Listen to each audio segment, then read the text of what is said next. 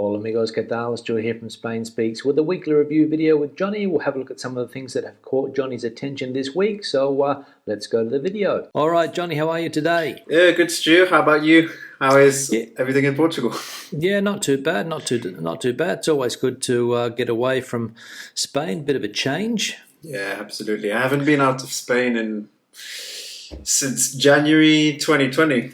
So last year, I've been in Spain ever since. But you said you were going to try to get away, didn't you? Yeah, hopefully at some point this year. Holidays in Spain, and then maybe sometime later this year I'll try and get outside, get back home, however that may look. Yeah, get back to the land of freedom. Yeah, which is England, I think, not the United Kingdom, but England, the land of freedom at the moment. That's right. Yeah. All right, good. So what's on the agenda today, Johnny? All right, so first up, we've got the debate of should you keep liquid cash in your house in Spain? So this was an article from Expansión, and there's nothing illegal about doing it. You can perfectly keep cash in your house. However, it does bring several risks. One is obviously if you're broken into, if someone robs your house, then there's a lot of cash at stake. The second risk is, of course, inflation. Because as money loses value over time, then the value of your cash will lose its purchasing power.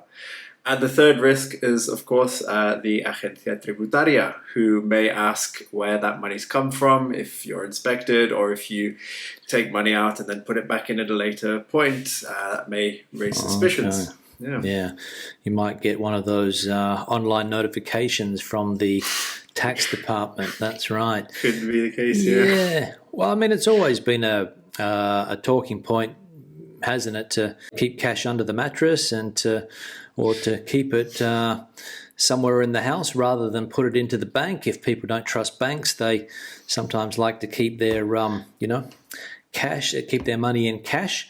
But the risks are there, as you said. If your house gets broken into, obviously they're going to find the cash most likely and steal it, and you've got no way to get it back, I don't think, if somebody steals it. That's right. Probably not. I guess home insurance, robbery break-in wouldn't cover cash, maybe. Yeah, well, it's always one thing that surprises me. You said that, if you take money out of the bank, keep it in cash and then put it back into the bank, you might have a problem with Hacienda. But at the end of the day, it's your money. You've already paid tax on it, I suppose. We're not talking about illegal activity money, are we? Yeah, no. The way the article I read put it was, let's say you take out, 100 euros, and then the next day you put in 100 euros. It's probably going to be fine. They're not going to ask any questions. It's more if there's a long period of time that money's outside of the banking system, and then all of a sudden, some big amount goes back in, then it might start to raise suspicions. So.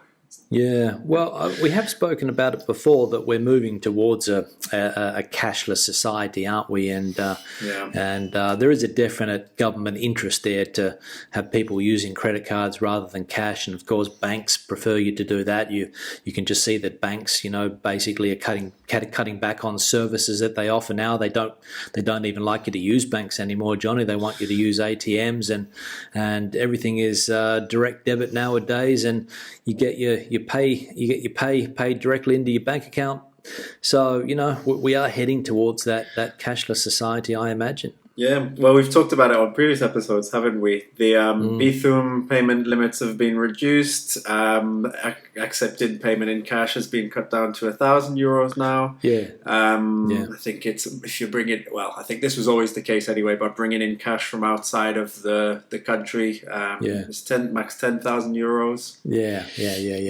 The Bithum one was interesting because I think it's been cut down to something like 65 transfers a month, is it, or something like that, or a week? I'm not sure. 65 was it? 60, yeah.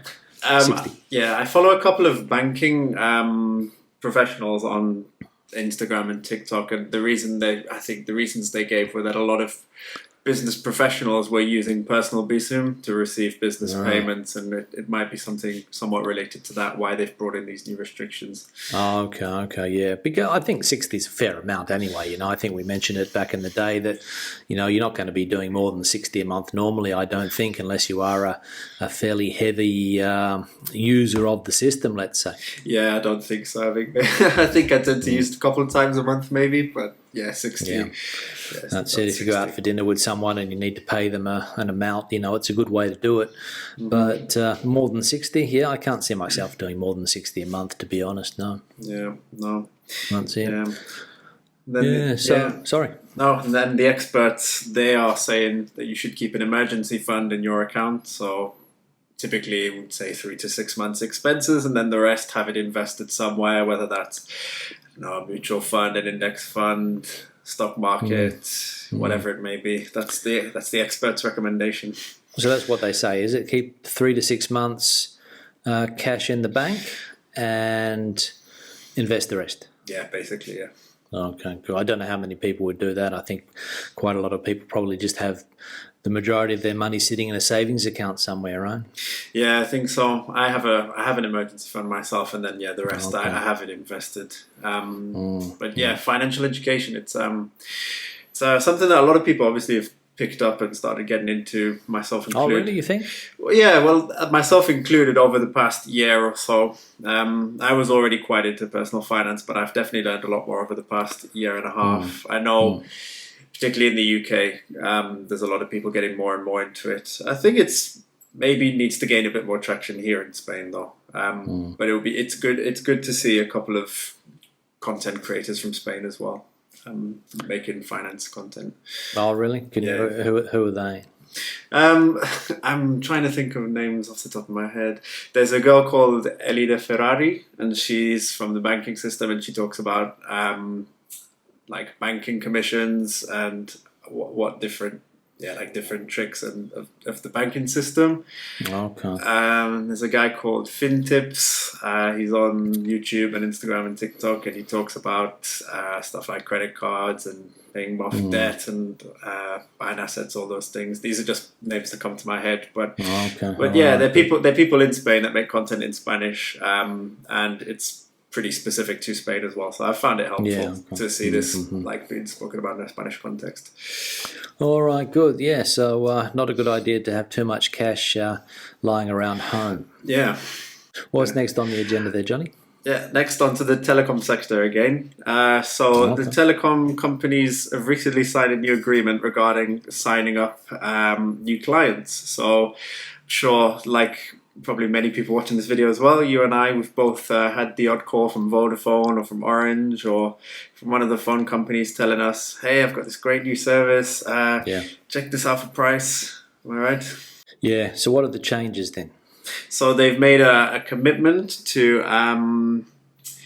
regulate competition. So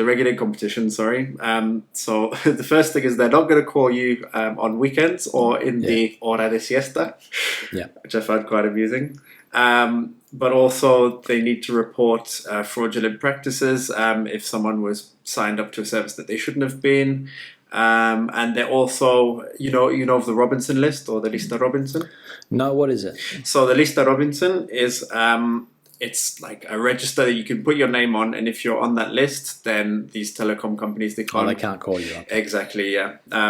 I signed myself up to it, and I noticed that ever since I've not received any calls that I used to get on a consistent basis. So they normally start out by offering you a television or something. I know that's the latest thing that they're trying to do to get your attention, and they can be a bit of a pain. I did see that yesterday. I think I spoke about it, that they have promised not to call during that siesta time, whenever that is, probably between 2 and 4 or 2 and 5 or something like that, and also quite late at night. It's also a thing here in Spain. I don't know what it's like in England, Johnny, but in Australia normally people don't call after 7:30, 8 p.m, but here in Spain sometimes at 9 o'clock, 9:30, the phone will ring, and it is quite late. And I have noticed that not only telephone companies, but a lot of other companies are just constantly calling nowadays. It's something that surprises me because Spain has quite strict data laws in that they can't use data freely, other people's data. It's quite strict when it comes to doing those things, but these companies get your telephone number very, very easily. Do you know what I mean? Yeah, I mean, like I say, I had quite a few calls, particularly at the start of this year, when I just changed phone provider. And again, it was like these were several calls a week trying to get me to sign up to a new phone service, and it's quite frustrating.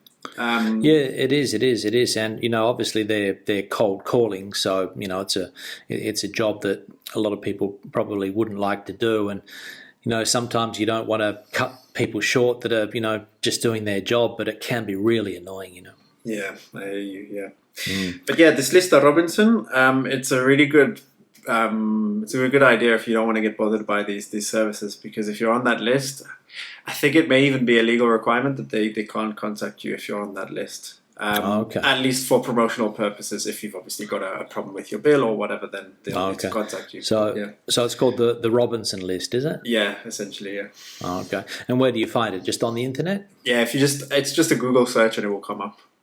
And it's just a thing in Spain, or is it Europe-wide? I think it's just in Spain because it's called the Lista Robinson. The Robinson is in the English name, Robinson. Yeah, which I found surprising, but that's really? Okay. Yeah, that's the name of it. Yeah, so what's the origin of that, do you know? I don't know, but bravo to whoever came up with it. Yeah, well, that's it, I suppose. But maybe a lot of people don't know about this list, but like I said, it can be really annoying, especially if you are trying to have a siesta, which, I mean, a lot of people in Madrid don't have a siesta anymore, Johnny, but there are places around the country where people like to nod off for 20 minutes or so after lunch, and if the phone rings, it can be a bit annoying, as I said. Yeah, it kills the vibe. It does indeed. It does indeed. All right, what's next? And then last on the list, we got the banking sector. So there's another merger between two banks in Spain. So Unicaja and Liberbank are now merging. Yeah, they've been talking about that for a while. Unicaja is a bank in the south of Spain, I think Malaga. Yeah. Used to be obviously the name gives it away, but it used to be a caja savings bank, and it was forced to become a bank when the laws changed a few years ago after the last financial crisis. And they've been talking about it for a while. It's held off merging, and it's merging with another former savings bank. You said Liberbank? Yeah. Liberbank, which was the merger of 3 or 4 banks, I think, also after that 2008 financial crisis in Spain. Liberbank was 3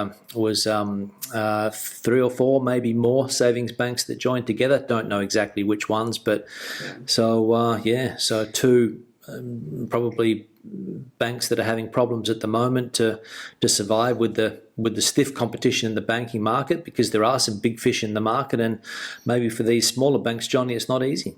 Yeah, well, the combination of these two would make the 5th biggest banking entity in Spain, valued at 110 billion euros and with 4.5 million clients.